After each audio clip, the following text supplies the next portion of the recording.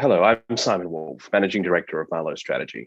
I'm hosting a new interview series exploring how companies and governments navigate new environmental, social, and governance challenges in politically complex environments. I will be holding one-on-one conversations with experts from international business, institutional investors, and political commentators to discuss the rule of law, human rights, democracy, the sustainability agenda, and other challenges facing businesses today. We will also explore how international frameworks and conventions allow foreign direct investment and operations in conflict or post-conflict regions, looking back to how businesses have navigated poor governance and conflict in the past, and looking forward to how things are changing for the future. Today, I'm speaking to Chris Maroleng. Chris is the Executive Director at Good Governance Africa, a research and advocacy nonprofit organization with centers across the continent. With experience working as a researcher in the field of security, experience as a journalist, and several roles as an executive, including at the MTN Group, Chris has years of experience in the public and private sectors of South Africa and across the rest of Africa. A strong advocate for inclusive governance across the public and private sectors, Chris has the expertise to bring forward an interesting debate on the role of companies in the extractive industries across Africa. Chris, it's an absolute pleasure to have you, and thank you for coming on. Thank you so much for having me on your program, Simon. It's a pleasure to be here. So, Chris, just to kick off, how did Good Governance Africa come about, and how did you become involved? Well, basically, Good Governance Africa came about in around the year 2012 when our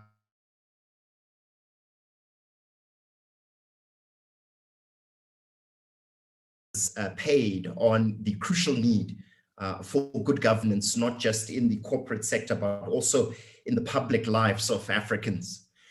And hence, they set about establishing a think tank that would focus on carrying out research and really advocacy focused on promoting, championing, and indeed supporting aspects of good governance across the African continent. And really, that's how Good Governance Africa came about. I began my participation at Good Governance Africa as a non-executive director, really supporting with the, let's call it the oversight of the work that was being done at the early stages of Good Governance Africa. And I subsequently transitioned into an executive role, which I'm currently undertaking now. How do you define good governance? And perhaps you could illustrate with some examples. Yes, so there are many sort of definitions of good governance, but we at Good Governance Africa apply a very simple approach to what governance is. And really, that can be described as understanding the authoritative allocation of resources.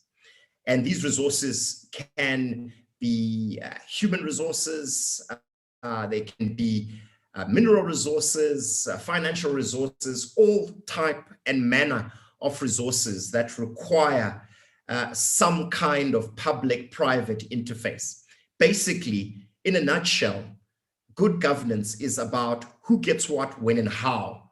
Whether the process of determining who gets what, when, and how is done in a transparent and accountable fashion, whether it's done in the interests of the citizens who would be governed by these elites, or unfortunately, as does occur in some parts of Africa, that this process of governance is really done in the interests of political elites who enter into compacts with economic elites in order to really ensure that their interests are promoted at the expense of the citizen. So good governance is that process that is done in a transparent and accountable fashion in the interest of the citizens in an open and accountable system that really promotes the development of communities wherever this occurs in various parts of the African continent. What trends are you seeing in Africa over the past 5 years since you joined GGA, and How has this affected local international businesses? Well, there are a number of very interesting trends, and many of them, interestingly enough, have been highlighted by the recent developments around this pesky pandemic, COVID-19, which have had direct impacts on the way that we assess the effectiveness of governance. What we have noted, Simon, is that countries that have had resilient and very strong good governance systems have been able in many ways to deal with this complex issues that have been raised by the pandemic around this allocation of resources that I talk about as being systemic and indicative of good governance. The interesting thing is that where there has been bad governance, we have seen authorities failing to deal with the, let's call it the complexities that have been raised by the COVID-19 pandemic, to the extent that it has highlighted aspects where there have been deep inefficiencies in the governance processes, corruption and malfeasance. And now this corruption and malfeasance has had an impact on the ability of the state to respond effectively to the challenges that have been raised by COVID-19. Now, what we have seen occurring is that very often the COVID-19 pandemic and the accompanying lockdowns in many jurisdictions in Africa have been used by authoritarian regimes who do not practice good governance to really narrow democratic space, to create limited access orders, where in actual fact, they use these lockdowns as a ruse to clamp down on democratic rights of citizens, on the human rights of these citizens, in the interest of propping up their regimes, and not really in addressing these pressing issues that have been raised by the COVID pandemic. So in essence, this is one of the broader interesting trends that we have seen that has arisen in, say, the last 24 months since the presence and the responses by governments to this COVID pandemic. But is this problem uniquely African, or is it an international issue? Bad governance, as you would be aware, Simon, is a problem that faces many jurisdictions across the world. And therefore, we have seen this phenomena where weak governance systems have resulted in ineffective responses to the pandemic being a systemic factor that we see across the globe, even in developed democracies like the United States. We saw earlier on when previous president of the United States, President Trump, tried to politicize this COVID pandemic, particularly when faced with an electoral challenge from his Democratic opposition counterpart, Joe Biden, who ultimately became the president of the United States as we speak. And certainly there has been criticism in various jurisdictions in Europe, in Asia and other places that the lack of good governance and adherence to democratic practice, human rights, and these good things that are closely associated with good governance practice has resulted in lackluster responses to the COVID pandemic. I'd like to move to situations where business and governance can really be challenged. I mean, over the years, foreign direct investment and international business have been seen to be a route out of conflict for particular countries across the world. But at the risk of getting caught in the crossfire is very high. How do we encourage international firms to work in post-conflict, fragile and low governance regions? I think this is a very crucial component, because in these dynamic markets of fragile environments that you talk of, which particularly exist in Africa, which have this unfortunate propensity of having this overlay of immense resource, that is mineral resource endowment, and bad governance occurring simultaneously raises the question of how corporates and investors should invest in such environments that are faced with what is increasingly being described as the resource curse. And certainly in the presence of this resource curse, there is a responsibility, we argue, for investors to invest responsibly in these environments.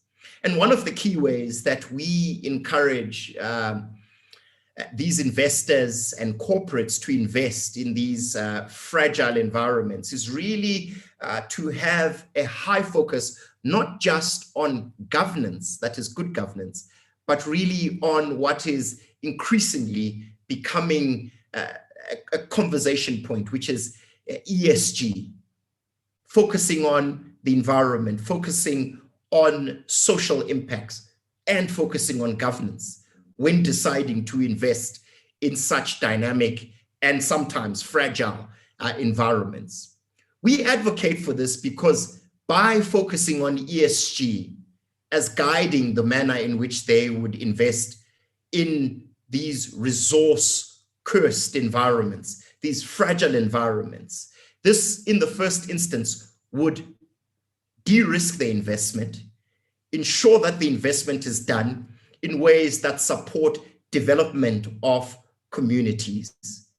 It would also be done in a way that does not treat governance considerations as an afterthought, but rather mainstreams all of these crucial components into their investment matrix, ensuring that the investment is sustainable, profitable, and to a large degree has components of shared value, not just to the, let's call it the investors themselves, but really to the communities that are directly impacted by some of the impacts of these investments.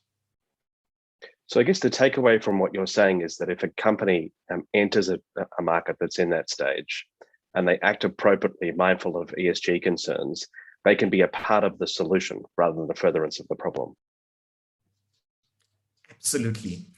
I think by sort of utilizing this kind of ESG approach that we are advocating for here today, Simon, what will ultimately happen is that the investors, the corporates, especially in the resources sector, who make these investors, can become partners for development in these economies, partners for positive change, and ultimately partners that can de-risk also some of these crucial investment risks that we see affecting many countries, many corporates who choose to invest in these dynamic markets.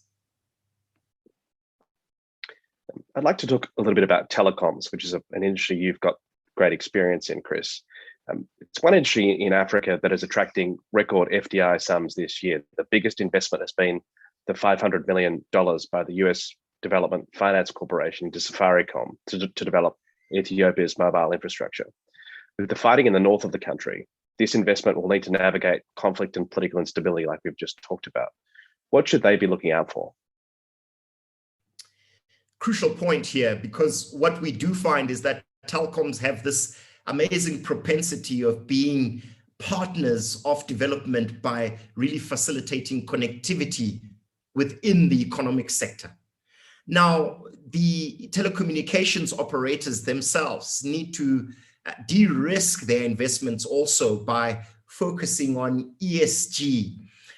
These return investments create value by ensuring that the investment and their investment into communities and their development are mainstreamed into their business, because it's good business to invest in the economies, into the S part of the ESG that directly impacts the people on the ground where the investments take place.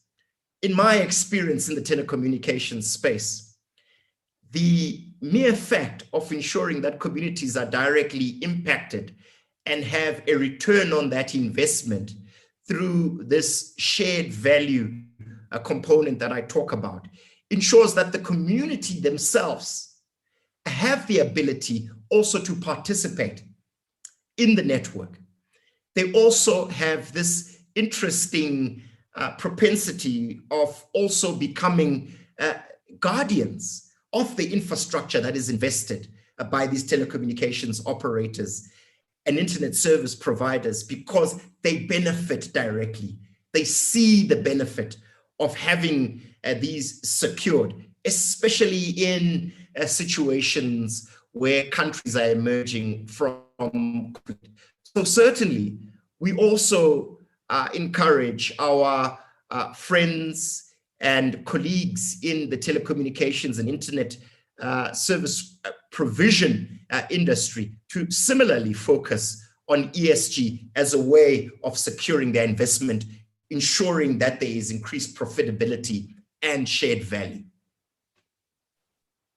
Well, just to talk about a specific example, and of course, say as much as you'd like about this, but you obviously you were at MTN for 4 years, and they continue to face political and legal challenges, particularly in the Middle East, in Afghanistan. Could you shed any light on this? Yes, indeed. I think what was very interesting was that in Afghanistan, there were accusations that were made that MTN, in its investment in infrastructure, was indirectly or directly supporting the activities of rebel groups like the Taliban. I think that this is a false norma and a misunderstanding of actually what was happening on the ground in Afghanistan. In actual fact, it was quite the inverse, where what was happening was that because MTN was so focused on delivering this crucial service, which actually became an emergency requirement in many situations where communities were faced with supreme emergency that was created by the activities of these rebels and terrorist organizations, if we can call them that, resulted in MTN forging very strong relationships with communities, because the communities actually required and saw that this infrastructure was of crucial importance for their operations. So it actually saw a situation where communities themselves protected this infrastructure, understanding that it brought them closer to the rest of the world. It helped them communicate with authorities who were preventing this violent extremism. It also ensured that MTN, in and of itself, when it maintained this infrastructure, did so with the support of some of these local communities and leaders who also began to see the crucial importance, yet again, emphasizing the crucial importance of ESG, not just in investment, but even in operations in dynamic and post-conflict environments. That MTN Afghanistan case is one of a number of examples where international companies have historically got caught up in poor governance and conflict issues. Last week, Peter Leon mentioned the case of Lundin in what was then Sudan.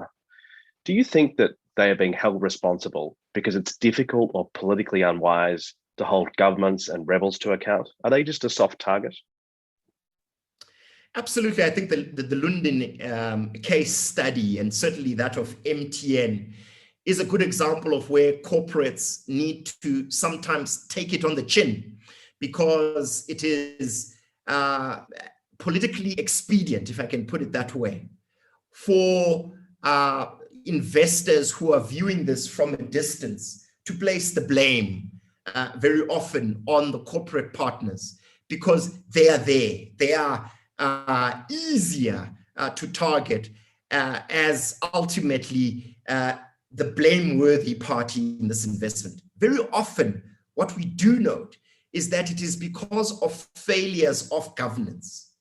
It is because of a failure to resolve conflict by not using violence in those communities, in those societies, in those jurisdictions that drives and propels these conflict cycles that we note in South Sudan, in Afghanistan, and in very many other jurisdictions.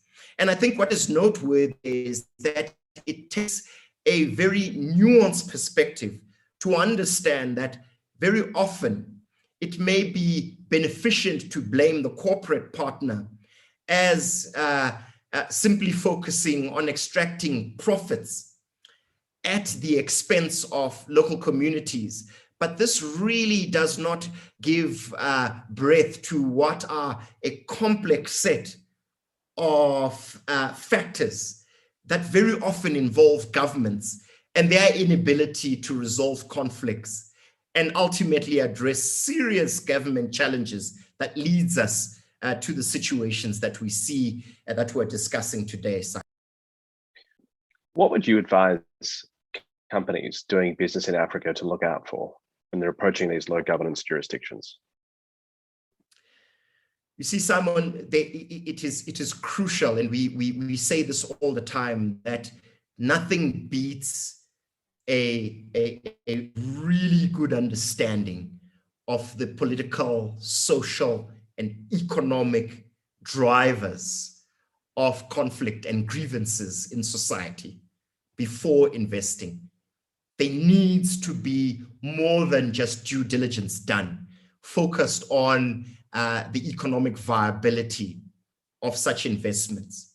There must be an understanding of the political, social, and governance drivers of conflict and indeed grievance in these societies. We often say, Simon, that it's so crucial that these corporates or investors must focus on the communities that they invest in, understand their grievances, understand their developmental challenges, understand how they can ultimately be shareholder or considered to be shareholder number one before investing. That gives it sustainability. That gives in the buy-in of communities that suffer from these grievances and ultimately make them partners for development and not just investors who maybe talk to local authorities, the government, and maybe sometimes municipal authorities, and that's it, without actually focusing on how these investments, crucial investments, sometimes very life-changing investments, in potentially life-changing investments that can play a very important role in the development of communities, can be retarded simply by a bad approach to understanding how shared value can be created. People often talk about the democratic dividend in Africa, the democratic dividend. Do you think that this can be realized in a region beset with poor governance? How do they take advantage of that dividend? I think without good governance, they cannot be inclusive governance, and therefore they cannot be democratic governance. By that, we mean that if a government takes a very narrow approach to the way in which they govern, that is exclusive, they cannot be free and fair in elections in such jurisdictions that allow for the will of the people to find true expression. What we do see emerging is increased grievances that find no expression through the ballot box or inclusive forms of governance. And therefore, the failure of engaging in truly democratic governance that is inclusive, results really in situations that are characterized by deep conflict, violent extremism, bad investment environment, and ultimately the resource curse playing out in its fullest understanding characterization. I'll end, Chris, with an open-ended question. What are your hopes for the continent of Africa over the next decade? I really hope that we see the continent being characterized by greater partnerships between public and private entities that are focused on good governance and ensuring that communities are included as crucial partners in the cycle of investment that we're seeing playing out in many African countries. I'm also hoping that good governance in and of itself can be seen as being important, not just for public actors, but also for private sector actors who choose to invest in the immense opportunities that are presented by the African continent. I also hope that the lessons being learned by this COVID moment around questions of governance, around the need of ensuring that good governance is crucial in ensuring that when situations of supreme emergency occur, governments are well prepared to respond, that governments in and of themselves assume that the legitimacy that they are given through ballot boxes it does not give them the right to rule indefinitely or in the interest of political elites, but really in the interest of those who would be governed. And I hope that we, as the observers and advisors of such developments, have a greater say in how these investments can be structured in the interest of all on the African continent.